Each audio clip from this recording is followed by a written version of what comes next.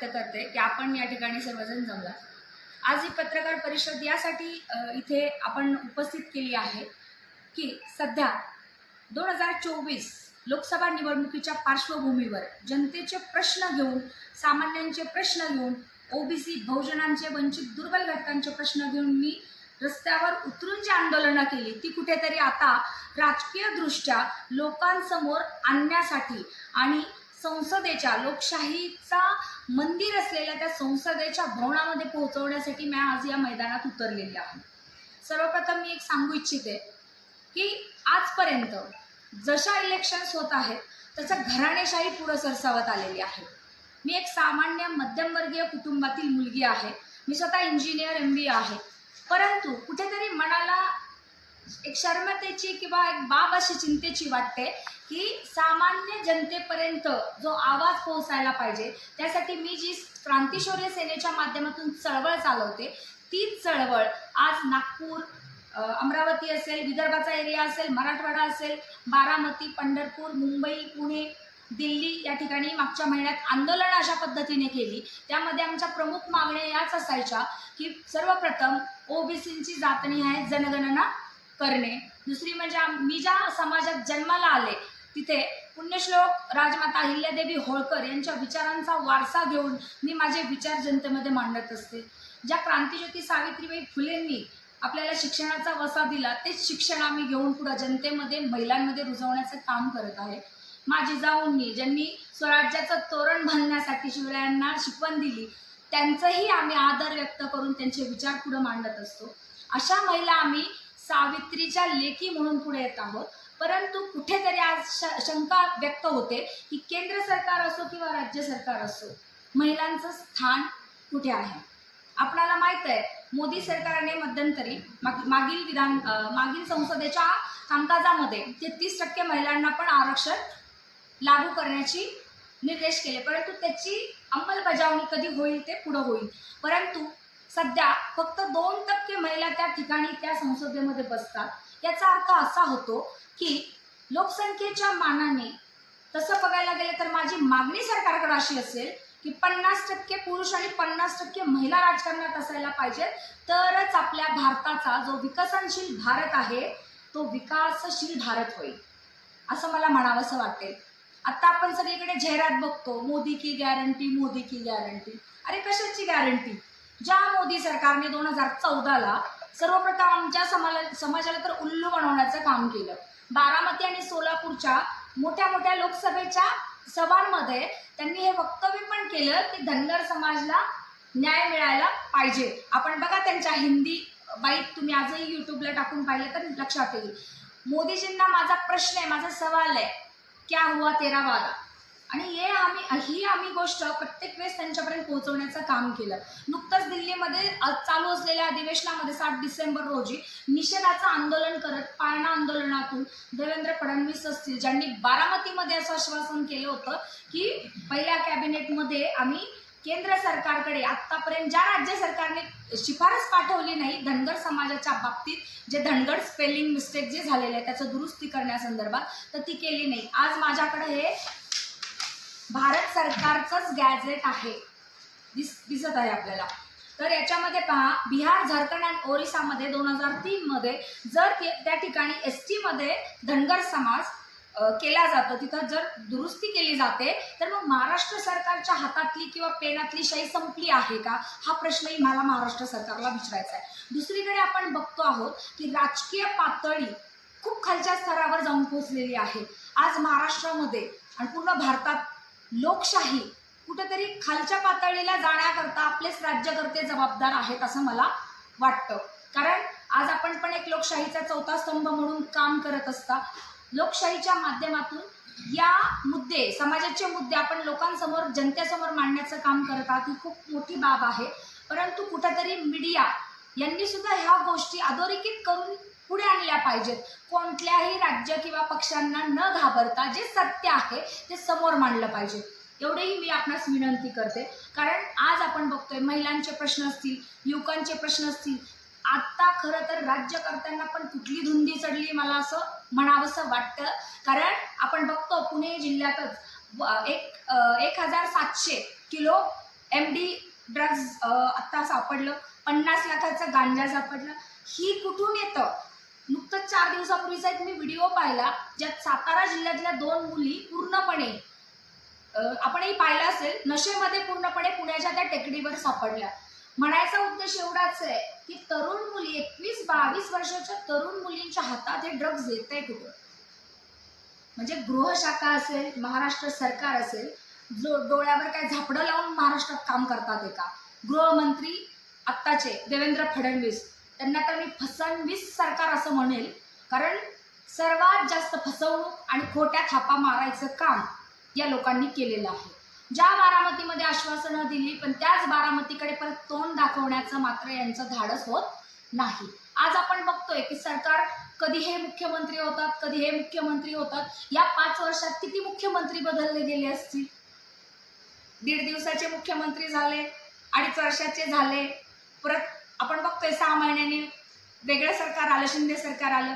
पण मला असं म्हणावं असं वाटतं की ज्याप्रमाणे महात्मा गांधीजी म्हणतात ना, बुरा मत देखो, बुरा मत सुनो, बुरा मत बोलो, असं सरकार हे महाराष्ट्रातलं आहे. जसं की महाराष्ट्रामध्ये धनगर समाजाचे किंवा ओबीसींचे जे प्रश्न आम्ही पुढे आणतो आहोत, तर त्या बाबतीत मात्र दुटप्पी भूमिका राज्य सरकार राबवत आहे. माननीय मुख्यमंत्री एकनाथ शिंदे डोळ्यावर पट्टी बांधून आहेत की मला काही बघायचंच नाही. माननीय उपमुख्यमंत्री अजितदादा पवार कानावर हात ठेवून बसलेले आहेत, मला काही ऐकायचंच नाही.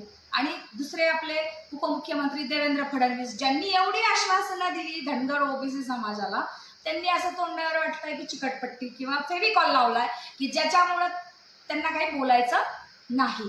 हा एक आरोप मला राज्य सरकारवर करावासा वाटतो. बारामती लोकसभेच्या माध्यमातून या ठिकाणी मी गावभेट दौरे बरेच दिवसापासून करत आहे. आणि दुसरी गोष्ट म्हणजे सतत कार्यरत असणारी महिला म्हणून महाराष्ट्राला मी परिचित आहे. मराठवाडा, विदर्भ, पश्चिम महाराष्ट्र, कोकण विभाग अशा बऱ्याच ठिकाणी मी गेली 15-20 वर्ष झालं वाड्या वस्त्या पिंजून काढलेल्या आहेत. धनगर वाड्या वस्त्यांवर आजही आरोग्याच्या सुविधा नाहीयेत, लाईट नाहीये, पाणी नाहीये. आज मी इंदापूर तालुक्याच्या परवा 3-4 गावांमध्ये गेले होते. तिथंही शेतकऱ्यांच्या गुरांना, ढोरांना चारा नाहीये, पाणी मुबलक प्रमाणात नाहीये. मग जर आपलं सरकार, आपण म्हणतो खूप विकास केलेलं सरकार आहे, फक्त बारामतीपुरता विकास, शहरपुरता केला म्हणजे तो सर्वांगीण विकास होत नाही.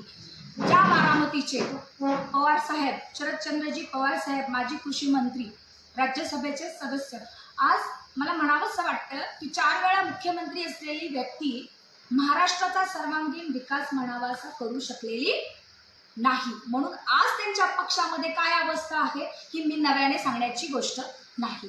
परंतु लोकसभेच्या पार्श्वभूमीवर जर घराचीच फक्त घराणेशाही पुढे आणली जात असेल, तर आमच्यासारख्या भगिनींनी, आमच्यासारख्या महिलांनी फक्त यांच्यासाठी काय भाषणच करत फिरायचे का? एक मला सांगावंसं वाटतं की माझं काम जे चळवळीचं आहे, मी एक हाडाची चळवळीची कार्यकर्ती आहे, म्हणून मी एक पोटतिडकीने बोलते. 2 कोटी युवकांना नोकऱ्या आम्ही देऊ, आपल्या खात्यात 15 लाख देऊ. कुठं गेल्या 2 कोटी नोकऱ्या? आत्ताची नुकतीच बातमी, रेल्वेमध्ये एवढ्या मोठ्या जागा निघाल्या रेल्वे विभागामध्ये, परंतु त्या रेल्वे विभागाच्या जागांच्या प्रमाणामध्ये किती अर्ज गेले तिथे, म्हणजे त्यावरून कळतं की बेरोजगारीचा प्रश्न किती मोठा भेडसावणारा आहे. तसंच मला आवर्जून सांगावंसं वाटतं, ज्या मनोज जरांगे पाटलांनी जालना या ठिकाणी आंदोलन अंतरवाली सराटीतून चालू केलं, पण परत त्यांच्या ज्या मागण्या सुरुवातीच्या होत्या त्यात कुठंतरी बदल होत गेले. आपल्या सगळ्यांना माहीत आहे, कालेलकर आयोग असेल किंवा बांटिया आयोगाच्या नुसार ज्या पद्धतीने त्याचा अंमलबजावणी केली गेली पाहिजे तर ती होत नाही. 1993-94 साली घटनादुरुस्ती 76च्या नुसार जसं अ ब कडमध्ये NTCला आरक्षण दिलं गेलं किंवा ओबीसींचं जे अ ब कडमध्ये आहे, तर ते टोटल 27% जे ओबीसींचं आरक्षण ते सुद्धा पूर्णपणे एका ह्याला मिळत नाहीत. आपल्या सर्वांना माहिती आहे 19%, 1%, 3% कसं विभागणी केली गेली आहे. म्हणजे पूर्णपणे जे 32% आरक्षण आहे ते सुद्धा पूर्णतः ओबीसींच्या कोट्यात मिळत नाही. तसंच स्थानिक स्वराज्य संस्थांमधले सुद्धा आरक्षण आमचं घालवण्यात सरकार कशा पद्धतीने जबाबदार आहे हे मी नव्याने सांगायला नको आहे. आज धनगर आरक्षणाचा प्रश्न पण इतका भेडसावत आहे. 2 कोटी असलेल्या धनगर समाजाला मात्र कुठेही न्याय द्यायची सुद्धा भाष्यता या सरकारमध्ये मानसिकता नाही असं दिसतं. मला एवढंच सांगावंसं वाटतं की राज्य सरकारने घटनादुरुस्तीचा एक अध्यादेश कारण माहितीच्या अधिकाराखाली मी स्वतः बारामतीमध्ये माहितीचा अधिकार 2016ला दिला होता. मधु शिंदे आणि ज्यांची टीम हायकोर्टासाठी जी काम करत होती, त्या बारामतीमध्ये सुद्धा 1950 नंतर एकाही व्यक्तीला धनगरचं सर्टिफिकेट दिलं गेलं नाही. तसेच प्रत्येक तालुक्यातील आम्ही हे माहितीचे अधिकार पुराव्यासाठी तिथं दिले. तरी देखील आपण बघितलं काही दिवसापूर्वी जी याचिका फेटाळली गेली, 2 व्यक्तीच्या रिराईट असलेल्या धनगड या केवळ शब्दामुळं 2 व्यक्तींचं TC सर्टिफिकेटवर जे रिराईट केलेल्या शब्द आहेत ते गृहीत धरून जर कोर्ट हा निकाल किंवा ही याचिका फेटाळतं. परंतु राज्य सरकारची मात्र जशी मराठा आरक्षणासाठी भूमिका असते की लगेच 1 महिन्यात सर्वे करण्यात येतो, मग ओबीसीचा जातनिहाय सर्वे करावा म्हणून गेले 5 वर्ष मी स्वतः माझी ॲप्लिकेशन्स आहेत क्रांती शौर्य सेनेची सरकारकडे. इवन 2-2.5 वर्षापूर्वी अतुल सावेजी यांचं पण मला पत्र इतर मागास बहुजन कल्याण मंत्रालयाकडून त्यांचंही पत्र माझ्यापर्यंत आलं. कारण नाना पटोलेजी ज्यावेळेस बारामतीत आले त्यावेळेस नाना पटोले जे आपले ओबीसी नेते आहेत त्यांच्याकडेही मी महाज्योतीच्या माध्यमातून आणि ओबीसींची जातनीय जनगणना करावी या संदर्भातलं पत्र त्यांना दिलं.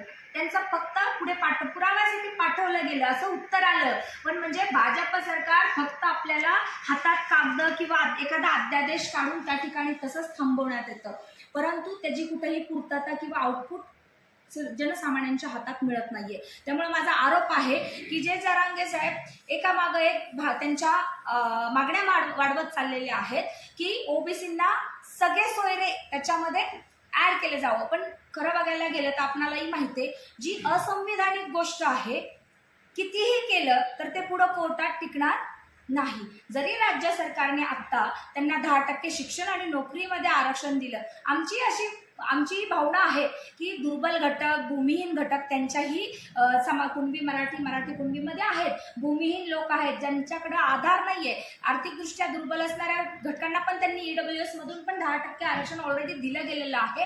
परंतु शिक्षण आणि नोकरीत आत्ता दिलेलं आरक्षण जे आहे ते सुद्धा आम्ही म्हणतो दिलं गेलं पाहिजे. त्यांच्या पण मुलांना शिक्षण आणि नोकऱ्या मिळाल्या पाहिजेत लोकसंख्येच्या मानाने. पण त्याच पद्धतीने मग ओबीसींच्या मुलांची जातनिहाय जनगणना आपण करावी ही एवढी सरकारकडे माझी परखडपणे मागणी असेल एवढं मी सांगते. आपले काही प्रश्न असतील तरी विचारू शकता. आता तुम्ही सांगताना म्हणाला विकसनशील भारत आहे, तो खऱ्या अर्थानं विकासशील व्हायला पाहिजे. मग तुमचं ह्या पाठीमागचं नेमकं व्हिजन काय आहे?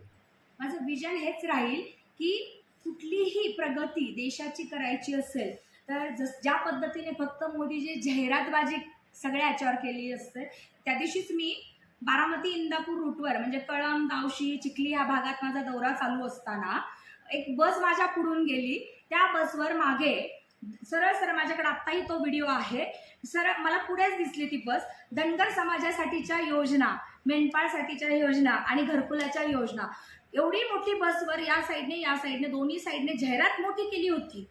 आपले सरकार. अरे पण आपले सरकार म्हणता, पण आमच्या धनगर समाजाच्या बाबतीत आपणही माहिती काढू शकता. ह्या योजना फक्त ज्या 22 योजना काढल्या, ज्या 1000 कोटीचा निधी आम्ही तुमच्या विद्यार्थ्यांसाठी किंवा धनगर समाजासाठी भटक्या विमुक्तांसाठी देतो, अशा पद्धतीचे जे देवेंद्र फडणवीस सरकारने 2017ला GR काढले, 2019ला काढले किंवा आत्ता 2022 मध्ये काढले, ते फक्त कुठं कागदावरच राहिले, कुणापर्यंत त्या योजना पोहोचत नाहीत. म्हणून फक्त कागदावर योजना टाकणारे मोदी सरकार असेल किंवा राज्य सरकार असतील, यांना कुठेतरी कात्रीत पकडणारे, खरोखर सामान्य जनतेत काम करणारे तिथं संसदेमध्ये लोक असायला पाहिजेत, जे की फक्त घराणेशाही चालवणारे लोक, त्यांचं भागलं बास झालं. आता आपण बघतोय घराणेशाहीमध्ये एवढी भांडणं चाललेली आहेत की नणंद भाऊजाई एकमेकांच्या पर्स सेल्फी ताई म्हणून इथपर्यंत खालच्या दरापर्यंत जाऊन जर वक्तव्य करत असतील तर आम्ही काय त्यांचा आदर्श घेणार आहे? किंवा माझ्यासारखी भगिनी सोडा, आजची नवीन पिढी राजकारणाचा काय आदर्श घेणार आहे? ज्यांचे एवढे मोठे घोटाळे समोर येतात त्याच्या श्वेतपत्रिका काढल्या गेल्या पाहिजेत आणि त्याची पूर्णपणे आज आपण बघतोय की का ते चौकशी पद्धतीने प्रॉपर होत नाही. मग आज आपण बघतोय की जे कोणी आवाज उठवतंय, ईडी चौकशा, आपण बघतो इन्कम टॅक्स, काय चाललंय महाराष्ट्रात, काय चाललंय भारतात, असा प्रश्न विचारावा लागतोय. आणि ज्या भाजप सरकारने जनतेला 2014ला ज्या भुलथापा दिल्या त्या आत्ता ती जी मोदी लाट होती कुठंही परंतु आत्ता या 10 वर्षात मात्र जनसामान्यांमध्ये ती लाट राहिलेली नाहीये. परंतु हिंदुत्वाच्या किंवा धार्मिकतेच्या गोष्टींवर समाजाला भूलथापा देण्याचं काम त्या सरकारने पण करू नये. कारण आजची पिढी ही सुशिक्षित पिढी आहे. आमच्यासारखी महिला भगिनी डोळसपणे राजकारणाकडे बघते, डोळसपणे समाजकारणाकडे बघते आणि 90% समाजकारण आणि फक्त 10% राजकारण करणारी मी भगिनी आहे. आत्तापर्यंत म्हणून मी कुठलीही निवडणूक आधी लढवली नव्हती, परंतु जिल्हा परिषद एक मी बारामतीमध्ये लढवली होती. पण आज वंचित बहुजन आघाडीकडून मागील 2019मध्ये मलाही ते विचारणा झाली होती, परंतु त्यावेळेस तब्येतीच्या कारणामुळं किंवा उपोषणामुळं माझ्या किडनी खराब झाल्या असल्यामुळं मी उतरले नव्हते मैदानात. परंतु आत्ता मी पूर्ण तयारीने मैदानात उतरलेली आहे आणि ज्या ओबीसी बहुजन वंचितांची नावं घेऊन आत्ता कदाचित तिसरी आघाडी उतरेल, ओबीसी मोर्चा उतरेल, पण त्यांनीही त्यांचा अजेंडा क्लिअर करावा. नाहीतर मला असं म्हणावं लागेल की ज्या ओबीसी मंचांवरनं मोठे मोठे मेळावे झाले, जसे मराठा समाजाचे 58 वेगवेगळे मेळावे झाले, तसेच आत्ता ओबीसींचे पण मेळावे चालू होते. परंतु त्या मेळाव्यांमध्ये जे प्रमुख लोक होते ते फक्त आपापल्या पक्षांचीच बाजू मांडताना नाहीतर इलेक्शनला दिसतील. मग ह्याचा अर्थ असा होईल की ओबीसींची वोट बँक एक गठ्ठा कुठेतरी बांधण्यासाठी याचा वापर केला गेला का, अशा पद्धतीने पण प्रश्नचिन्ह युवकांच्या मनात उभे राहतील. कारण हा प्रश्न माझ्या पण मनात उभा राहिलेला आहे. सर्वप्रथम आत्ता जागा वाटपाचा जरी तिढा बऱ्याच लोकांचा सुटला नसेल, वंचित कोणाबरोबर आहे, ओबीसी मोर्चा कोणाबरोबर आहे, कारण माझ्याकडेही त्यांच्या बैठकांचे हे झालेले आहेत, मलाही त्यांनी बैठकांना बोलवलेलं होतं. परंतु सांगायचा उद्देश एक आहे की जोपर्यंत अजेंडा क्लिअर होत नाही त्यांचा, तोपर्यंत सामान्य माणूस सुद्धा कुठल्याही तिसऱ्या आघाडीवर म्हणावं इतकं विश्वास ठेवू शकणार नाही. मग आज जे काम करणारे असतील, चळवळीतील असतील, खरे मुद्दे मांडणारे असतील किंवा समाजासाठी रस्त्यावर उतरून झगडणारे असतील, जनता त्यांच्या पाठीशी उभी राहील आणि कुठंतरी घराणेशाहीला किंवा प्रस्थापितांच्या या बाजूला शह देण्यासाठी आमच्यासारखं व्यक्ती पुढे येऊन हे मुद्दे मांडायला तयार आहे. धनगर आरक्षण असेल, मराठा असेल, ओबीसी असेल, कुठंतरी या आरक्षणामुळे भाजपावरचा जो विश्वास होता या लोकांचा प्रत्येक कॅटेगरीतला कमी होते वाटतंय.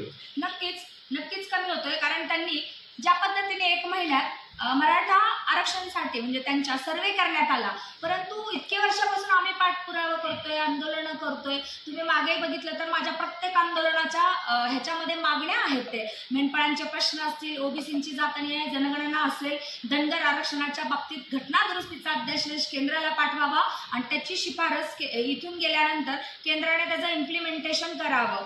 कारण 1956च्या लोकसभा बिलप्रमाणे 2019ला सुद्धा ज्यावेळेस लोकसभेचा आढावा होता त्यावेळेस बारामतीमध्ये माझं ते वक्तव्य होतं की ती शिफारस केंद्राला पाठवावी आणि केंद्राने त्याचं इम्प्लिमेंट करावं. परंतु जर राज्य सरकारची मानसिकताच नाहीये धनगर समाजाला न्याय द्यायची, तर कुठंतरी आता धनगर समाज खडबडून जागा झालेला आहे. ज्याप्रमाणे सत्तेत त्यांना 2014ला कशामुळे बसवलं हे कितीतरी वेळा देवेंद्र फडणवीसांनी त्यांच्या तोंडून हे बोललेलं आहे की धनगर समाजामुळे आमची एवढी सीटं जास्त लागलेली आहेत. त्यामुळे जो धनगर समाज तुम्हाला सत्तेवर बसवू शकतो तो मोठा महाराष्ट्रातला सगळ्यात मोठा धनगर समाज लोकसंख्येने आहे, तो तुम्हाला खाली बसवण्याचं सुद्धा काम केल्याशिवाय राहू शकत नाही. आज महाविकास आघाडी असेल किंवा भाजप, आता म्हणजे राष्ट्रवादी स्प्लिट, शिवसेना स्प्लिट, म्हणजे कोण कुठल्या सरकारमध्ये बसते हे सुद्धा संभ्रमित अवस्थेत आजची जनता आहे. त्यामुळं आदर्श कोणाचा घ्यायचा हा प्रश्न सामान्य युवकांच्या मनात आहे, सामान्य स्त्रियांच्या मनात आहे आणि त्याला कुठंतरी एक बाजू म्हणून आम्ही तिसरा पर्याय म्हणून त्या ठिकाणी उभी आहे. आपण ठरवाल की कोण कॅपेबल महिला आहे, त्या पद्धतीने जनता निर्णय घेईल किंवा त्या पद्धतीने जनता वोट बँक करेल असं मला वाटतं. मेन टार्गेट कुठला पक्ष असणार? विरोध करायचा झाला तुम्हाला, भाजप की राष्ट्रवादी? आता दोघे एकत्रच नाही, कुठला पक्ष असं म्हणताच येणार नाही. कारण आजपर्यंत माझ्या दृष्टिकोनातून तरी ना काँग्रेस राष्ट्रवादी ना भाजप शिवसेना, आता सेना महाविकास आघाडीमध्ये आहे परंतु 2 सेना, एकनाथ शिंदेची पण सेना आणि उबाटा गटाची सेना, किंवा 2 राष्ट्रवादी, अजितदादा यांची राष्ट्रवादी किंवा पवार साहेबांची आता तुतारी वाजवणारी राष्ट्रवादी, पण यांची तुतारी कुठपर्यंत आवाज फेकेल ते सांगता येत नाही. किंवा यांचं घड्याळ नक्की आता बंद पडेल का नुसतं त्यांचा काटा मोडून पडेल तेही सांगता येणार नाही. बरोबर ना, किंवा एकनाथ शिंदे साहेबांचा धनुष्यबाण बरोबर आता नेम घेऊन कोणाचा डोळा साधतोय ते पण सांगता येत नाहीये, असा विषय आहे. किंवा जरी मशाल घेऊन जरी उद्धव साहेब उठले असतील तरी त्या मशालीची झळ कुठपर्यंत पोहोचते सामान्यांपर्यंत, किंवा सामान्यांचे प्रश्न त्या मशालीच्या उजेडात पुढे येतात का, हे बघणं पण गरजेचं आहे. त्यामुळं काँग्रेस, राष्ट्रवादी, भाजप, शिवसेना जे महाराष्ट्रातले प्रमुख पक्ष आहेत, किंवा आता BRS एंट्री करणार होतं परंतु त्याचं काही अजून कुठे काही नामोनिशाण दिसत नाही. सांगायचा उद्देश एक आहे, किंवा वंचित बहुजन आघाडी असेल, वंचित बहुजन आघाडी कोणाकडे आत्ता कल खाते ते पण फार महत्त्वाची गोष्ट असणार आहे.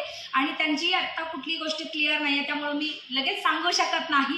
कारण माझी ही मागणी तशी महाविकास आघाडीकडे रितसर माढा आणि बारामती लोकसभेसाठी होती. पण जर घराणेशाहीत जर चालवली जात असेल आणि आमच्यासारख्या सुशिक्षित भगिनींना पण तिथं वाट मोकळी करून दिली जात नसेल राज्यकर्त्यांकडनं, तर आम्ही आमचा पर्याय घेऊन आमची संघटनात्मक जी चळवळ आहे ती भविष्यात अजून उजागर करू, अजून मोठी करू. आणि जी क्रांतीची ज्योत घेऊन मी हातात निघालेली आहे त्या ज्योतीची हवा महाराष्ट्रात पसरल्याशिवाय राहणार नाही. एकंदरीतच तुम्ही पूर्ण आत्मविश्वासाने बारामती लोकसभा मतदारसंघामध्ये उमेदवार आहात. तर आत्ताच्या या लोकसभा असेल, या मतदारसंघात असेल किंवा महाराष्ट्रातल्या नवमतदार आणि युवकांना तुम्ही काय आवाहन कराल? नवमतदार जे आहेत, आता बऱ्यापैकी बरेचसे युवा या 5 वर्षात मागे, आता बारामती लोकसभेमध्ये आय थिंक 21,14,000 बरोबर ना, 21,14,000 एवढे असे काहीतरी मतदार होते, 14,000. पण आत्ताची संख्या मला वाटतं 5 वर्षात, आता त्याचा आकडा माझ्या पुढे आला नाही, पण 25-26 माझा अंदाज आहे, 25-26 लाख नक्कीच असणार आहे.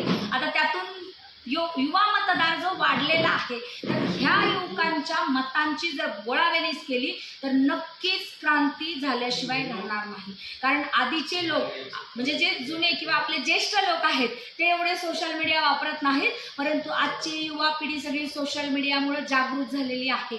लोकांना कळतंय कुठं काय चाललंय, कसा अन्याय होतोय, वंचित दुर्बल घटकांचा जो निधी असतो तो सुद्धा वेगळीकडे वळवला जातो, मग तो निधी पण त्यांच्यापर्यंत विकास कामांसाठी पोहोचला जात नाही. मग त्याला कुठंतरी आज आपण RTIच्या माध्यमातून उघड करत आहोत, ही युवा पिढी उघड करत आहे. त्यामुळे यांचे भ्रष्टाचार मोकळे होत आहेत. आपल्यामध्ये हा एक मार्ग ओपन झालेला आहे युवकांमध्ये, युवतींमध्ये. आणि त्यामुळं आजची जी पिढी उजागर झालेली आहे, सुशिक्षित झालेली आहे, हा खूप मोठा आकडा बदल घडवणारा येणाऱ्या काळात असेल. तुमच्यासमोर 2 मोठे मातब्बर आहेत, कसं तुम्ही आव्हान करणार? आज ते मातब्बर आहेत, परंतु मातब्बर घराणेशाहीने आहेत. कामाच्या जर जोरावर बघितलं तरी आमच्या ताई ज्या संसद रत्न आहेत, ज्या ठिकाणी त्या संसदेमध्ये त्यांचा अटेंडन्स चांगला असतो, प्रश्न मांडतात, परंतु आजपर्यंत आमचा तर धनगर समाजाचा ज्या मतांवर त्या निवडून येतात, परंतु धनगर समाजाचा प्रश्न ज्यावेळेस आम्ही त्यांना निवेदनं देतो तेव्हा ते मांडतात तिथं, पण आधी मांडलेही जात नव्हते. बराचसा पाठपुरावा करून करून करून मांडलं जातं आणि त्यानंतर पण मांडण्याचा प्रश्न किंवा समावेशाची भाषा वापरली जाते. ज्यावेळेस माझ्याकडे तो व्हिडिओ पण आहे मोबाईलमध्ये, की ज्यावेळेस महाविकास आघाडीचं सरकार नव्हतं, म्हणजे भाजप सेना सरकार होतं आणि विरोधात काँग्रेस राष्ट्रवादी सरकार होतं, त्यावेळेस डिसेंबरमध्ये अधिवेशनामध्ये त्यांचा उल्लेख होता की जोपर्यंत राज्य सरकार केंद्राला अहवालच पाठवत नाही तर कसं धनगर आरक्षणाचा मार्ग मोकळा व्हायचा, ही त्यांची भाषा संसदेच्या बाहेरही होती आणि आतही होती. पण जसं महाविकास आघाडी सरकार सत्तेवर आलं, मग तेव्हा मात्र हा मुद्दा केंद्र सरकारच्या अखत्यारीत एवढं बोलून मोकळं व्हायचं. परंतु ज्यावेळेस 2.5 वर्ष आपलं पण सरकार महाविकास आघाडीचं होतं, मात्र त्या 2.5 वर्षाच्या काळात त्यांनी एकही दिवस म्हणजे महाराष्ट्र सरकारने त्यांनी पाठपुरावा करणं गरजेचं असतं, आमच्या खासदारांनी पण, की राज्य सरकारकडून हा अहवाल केंद्राकडे पाठवण्यासाठी एक विशेष अधिवेशन, जसं मराठा आरक्षणासाठी विशेष अधिवेशन घेतलं जातं, रात्रीच्या 3 आणि 3:30 वाजता अध्यादेश निघतात, मसुदा तयार केला जातो, रात्रीत अहवाल तयार केला जातो, सरकार पहाटेच्या शपथा घेतात, सगळं होतं. परंतु धनगर समाजाच्या बाबतीत मात्र ड करण्याची, घटना दुरुस्ती करण्याची दानत या राज्य सरकारमध्ये नाही. आणि त्यामुळं अशा फसव्या लोकांच्या मागे आता सामान्य जनता जाण्यापासून कुठंतरी स्वतःला रोख लावेल आणि थांबेल. ताई, तुम्ही वारंवार धनगर समाजच म्हणताय, परंतु या लोकशाहीमध्ये उमेदवारी म्हणून तुम्ही घोषित करताय स्वतःची, इतर समाजात सुद्धा काहीतरी प्रश्न असतील ना, ते पण सांगतो आहोत आज माझे मुद्दे बघू शकता तुम्ही की हा आरक्षणाचा मुद्दा निघाला म्हणून मी बोलले, जे खासदारांचा प्रश्न आज आत्ता पत्रकार बंधूंनी विचारला म्हणून तो मुद्दा बोलले, कारण या बारामती लोकसभा मतदारसंघामध्ये सगळ्यात मोठा धनगर समाज आहे, पण याची मात्र वारंवार फसवणूक होत आहे, म्हणून माझ्यासारख्या भगिनीला इथं मैदानात आता उतरावं लागलेलं आहे आणि मी त्या जमातीची आहे, कारण आज महाराष्ट्रात वाड्या वस्त्या फिरताना आमच्या महिला कुठेही सुरक्षित नाहीत. आपण बघत असाल मेंढपाळ आमच्या महिला रस्त्याने घोडे, खेचर, कुत्रा, कोंबड्या आणि मेंढरा घेऊन चालत असतात आणि पालं ठोकून माळरानाला राहतात. त्यांची सुरक्षा वाऱ्यावर आहे. अनेक ठिकाणी महिलांवर, भाऊ माहिती नसेल कदाचित तुम्हाला माहिती असेल, धुळ्यासारख्या ठिकाणी, नंदुरबार ठिकाणी रात्रीच्या 12-12 वाजता मला कॉल आले की तिथल्याच काही अधिकाऱ्यांनी, तिथल्याच काही लोकांनी त्यांच्यावर अत्याचार केले, परंतु वेगळ्या ठिकाणच्या असल्यामुळं त्यांचा गुन्हा सुद्धा नोंद होत नाही. म्हणजे महिलांवर अत्याचार होतात परंतु पोलीस प्रशासन गुन्हाही नोंद करून घेतला जात नाही. मग हा आपला भारत कुठल्या दिशेने चालला आहे असं मला म्हणावं वाटतं. निर्भया प्रकरण झालं, आपल्याला माहिती आहे महाराष्ट्रातलं ह्याचं हिंगणामधलं नाही का जळीत प्रकरण झालं. आपण बघतोय आज महिला पण खऱ्या अर्थाने किती सुरक्षित आहे तो.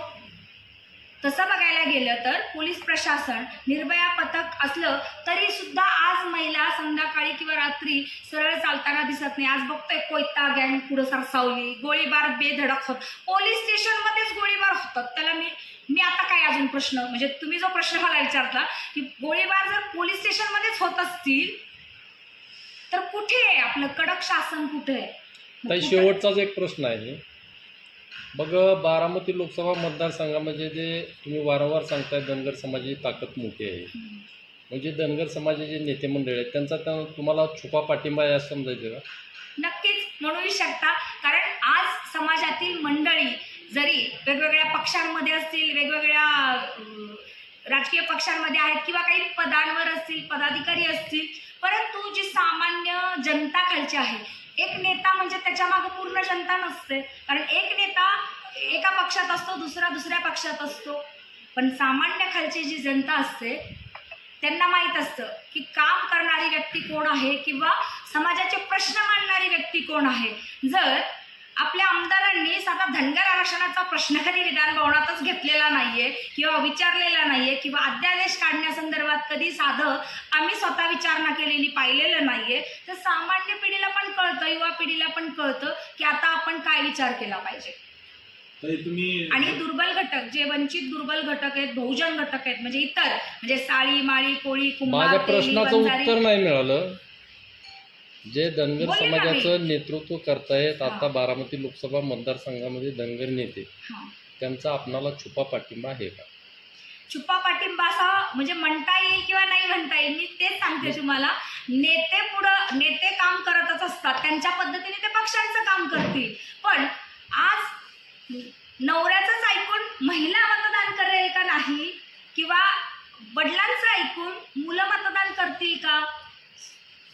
कारण शेवटी आज लोकशाहीने मतदानाचा जो दिलेला हा अधिकार आहे, तो अधिकार आजची युवा पिढी मात्र सजगपणे, जागरूकपणे बजावेल असं मला वाटतं. कॉमन आत्ताचा प्रश्न, आता तुम्ही जरंगे पाटलांवर विषय बोलला, पण त्याची जर दुसरी बाजू बघितली तर त्यांच्यावर आता SIT चौकशी नेमलेली आहे. लोकशाहीला धरून आहे असं वाटतंय? नक्कीच नेमली पाहिजे, कारण की आज असा विषय आहे की आंदोलनाची एक सीमा कुठेतरी असली पाहिजे. दुसरीच गोष्ट सांगते, मेजर क्राईम असेल तर SIT असते मॅडम. नाही, चौकशीची का त्यांनी नेमली गेली असेल, म्हणजे नाही, लोकशाहीच्या माध्यमातून आंदोलन करण्याचा सगळ्यांना अधिकार आहे, ते ज्या पद्धतीने आंदोलन करतात किंवा आंदोलनाची जी रूपरेषा त्यांची आधी होती ती रूपरेषा कुठेतरी त्यांची बदलत आणि असंविधानिकरित्या पुढे चाललेली आहे. पण ते कुठल्याच गोष्टीला जर शासन किंवा प्रशासनाला जर थारा देत नसतील किंवा शिव्यांच्या भाषेमध्ये जर शासनाला किंवा नेत्यांना शिव्या घालत असतील तर कुठेतरी मला वाटतं की त्यांचं पण डोकं SIT नेमली जाते तसं नाही म्हणता येणार, परंतु त्यांची जी बोलण्याची भाषा असेल किंवा अंतर्गतरित्या ते सांगू शकणार नाही. आता हे मी शासनाचा, पोलीस प्रशासनाचा भाग नाही, पोलीस प्रशासनाला काही वाटल्या असतील गोष्टी म्हणून त्यांनी ती गृहमंत्र्यांनी किंवा SIT नेमली असू शकते. मग सांगायचा उद्देश काय की जे अंतरवाली सराटीपासून मुंबईपर्यंत जातात, सगळ्या सरकारला म्हणजे पायाशी लोळण घातलं जातं, प्रत्येक शासन प्रशासन त्यांच्यापर्यंत तिथं पोहोचलं जातं, सगळा मीडिया तिथं पोहोचला जातो, परंतु दुसरीकडे खंत वाटते की आमचे काही बांधव आणि हेच जरांगे साहेब चौंडी या ठिकाणी धनगर समाजाचं जेव्हा आंदोलन चालू होतं सप्टेंबरमध्ये, तर त्या सप्टेंबरमध्ये ते स्वतः चौंडी अहिल्यादेवींच्या इथं दर्शन घ्यायला गेले होते, ज्या जन्म आमच्या पुण्यश्लोक अहिल्यादेवी होळकर यांचं जन्मगाव आहे. त्या ठिकाणी त्यांनी नमन होऊन हे पण वक्तव्य आपल्याला माहीत असेल की धनगर समाज आणि मराठा समाज भाऊ भाऊ आहेत, त्यांना पण न्याय मिळाला पाहिजे. पण आज मात्र त्यांच्या तोंडी हे शब्द दिसत नाहीये की विशेष अधिवेशनामध्ये धनगर समाजाला पण न्याय द्या, धनगर समाजाची सुद्धा एक मसुदा तयार करा, त्यांचाही एक अहवाल तयार करा आणि घटना दुरुस्ती जे ड झालेलं आहे ते वरती र करण्यासाठी पाठवा आणि त्याची अंमलबजावणी करा. जसं एकर मराठीमध्ये देवनागरी लिपीमध्ये एकर आहे तेच हिंदीमध्ये एकड आहे. ओडिसा, एक गुडगाव, अजून अशी अनेक उदाहरणं आहेत ज्याचे कृषी मंत्री पवार साहेब यांचे, माजी कृषी मंत्री पवार साहेब यांच्याकडेही दिलेला आहे. का तर त्यांनी एकतर आज निर्णय घ्यावा की जर धनगर समाजाला न्याय द्यायचा असेल ना, तर आमची जी मागणी आहे पहिल्यापासूनची, जो आम्ही ST मध्ये आहोत, STचं प्रमाणपत्र धनगर समाजाला मिळावं. आणि खरोखर आपण जर आधीच्या जनगणना पाहिल्या सगळ्या 1881 पासूनच्या 1911, 1931, 1981, 1991 म्हणजे सगळ्या 2011 या जनगणना जर पाहिल्या तर धनगर समाज जो ST मध्ये आहे तिथं म्हणजे अनुसूचित जमातीमध्ये असलेला समाज, मग नंतर तिथं ड कुठून येतं? 1956ला ज्यावेळेस ड झाले त्या माणसाकडे जे कोर्टामध्ये आता त्यांनी सादर केलं तर ते त्यानंतर ते ड झालं. मग घटना दुरुस्तीचा पुरावा जर आपण त्यांच्याकडून घेऊन कोर्टाने जे मान्य केलं तर त्याच्या आधारे त्यांनी निर्णय दिला की धनगर आणि आधी त्यांनी अफिडेव्हिट दिलं होतं की धनगर आणि धनगड एकच आहे, म्हणजे वेगळं नाहीये. परंतु धनगड दोन सापडले म्हणून हे धनगड वेगळे आणि हे धनगर वेगळे असं करून धनगर समाजाची फक्त दिशाभूल करण्याचं काम सरकारकडून केलं जातंय आणि कुठल्याही पद्धतीने सरकार पॉझिटिव्ह पावलं धनगर समाजासाठी उचलत नाहीये. आणि ही खूप मोठी शोकांतिका आणि दुःख वेदनादायी आहे की आज आमचा समाज असाच खितपत पडलेला आहे. तर त्याला न्याय देण्यासाठी आम्ही पुढं या पद्धतीने येऊन सर्व बंधू भगिनींना विनंती करू की खऱ्याच्या मागं आणि सत्याच्या मागं, चळवळीच्या मागं, आणि ही लढाई निवडणुकीपुरती नाही, ही लढाई अस्तित्वाची आहे, ही लढाई विचारांची आहे, ही लढाई फक्त आरक्षणाची नाही आहे, ही लढाई मूलभूत अधिकारांची आहे. धनगर समाजाच्या व्यथा मांडल्या, कळकळीने मांडल्या, इथले आमदार जे धनगर समाजाचे आहेत त्या समाजाचे आहेत, त्यांना काय सल्ला द्याल तुम्ही? मी तेच मग बोलताना म्हटलं, आता तुम्ही ऐकलंही असेल की विधान भवनामध्ये हा अध्यादेश करण्यासाठी आपल्या आमदारांनी सुद्धा तसेच शिफारस किंवा तसा मुद्दा विधान भवनामध्ये सभापती महोदय असतील यांच्या पुढे ते मांडणं गरजेचं असतं किंवा ते चर्चेला विषय घेणं गरजेचं असतं. नाना पटोलेजी ज्यावेळेस विधानसभा अध्यक्ष होते तर जातनीय जनगणना करण्यासंदर्भातला त्यांनी अध्यादेश काढला होता, परंतु आपण बघितलं 15 दिवसात त्यांना त्या स्थानावरून कुठंतरी बाजूला करण्यात आलं. म्हणजे हा एक प्रकारे कुठंतरी एक शंकेचा वाव दिसून येतो की खऱ्या अर्थाने जर आमदार तुमचेच, कारखाने तुमचेच, शिक्षण संस्था तुमच्याच, जिल्हा परिषदच्या तुमच्याच ताब्यात, पंचायत समिती तुमच्याच ताब्यात, मग सामान्य जनता जी तळागाळामध्ये फक्त या प्रस्थापितांच्या काय म्हणतात निवडणुकांपुरती सतरंजा उचलण्यासाठी किंवा यांचे झेंडे बाळगण्यासाठी राहतील का?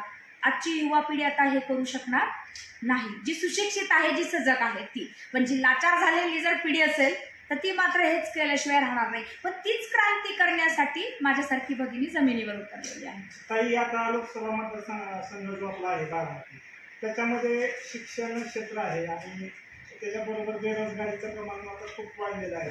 त्याचबरोबर ती आरोग्य सेवा जी आहे ती खिळखिळीत झालेली आहे. तर तुम्ही तुमचा ह्यासाठी काय अजेंडा असेल? आज प्रत्येक गावगाड्यामध्ये आरोग्य सेवा पोहोचली पाहिजे. आता बऱ्याच गावांमध्ये आरोग्य केंद्र आहे, परंतु अशा वाड्या वस्त्यांवर आरोग्य केंद्र किंवा जिथं बंजारा समाजांच्या वस्त्यांवर जाते आरोग्य सुविधा पोहोचल्या जात नाही. शिक्षण संस्था बाबतीत म्हणाल तर शिक्षण हा आपल्या सर्व शिक्षा अभियानातून आपला हा मूलभूत अधिकार आहे, परंतु आज बघतो आहोत की जे भटकंती करणारे समाज आहेत त्यांना पण शिक्षणाचा पूर्ण अधिकार मिळत नाही. आम्ही दौरे करत असताना खास करून रस्त्यावर कोणी दिसलं, मग ते गोसावी असतील, जोशी असतील, आमचे मेंढपाळ असतील, विचारतो काय म्हणजे 12 वर्ष झाली, 13 वर्ष झाली तरी मुलींना शाळेत म्हणजे शाळा काहींना मिळत नाही.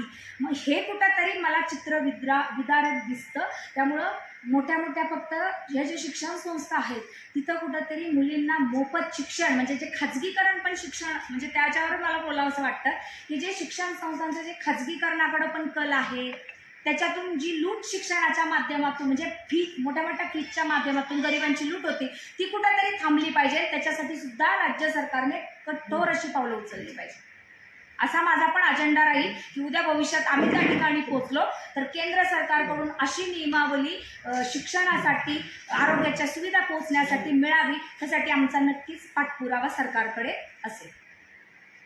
ठीक आहे, शुभेच्छा.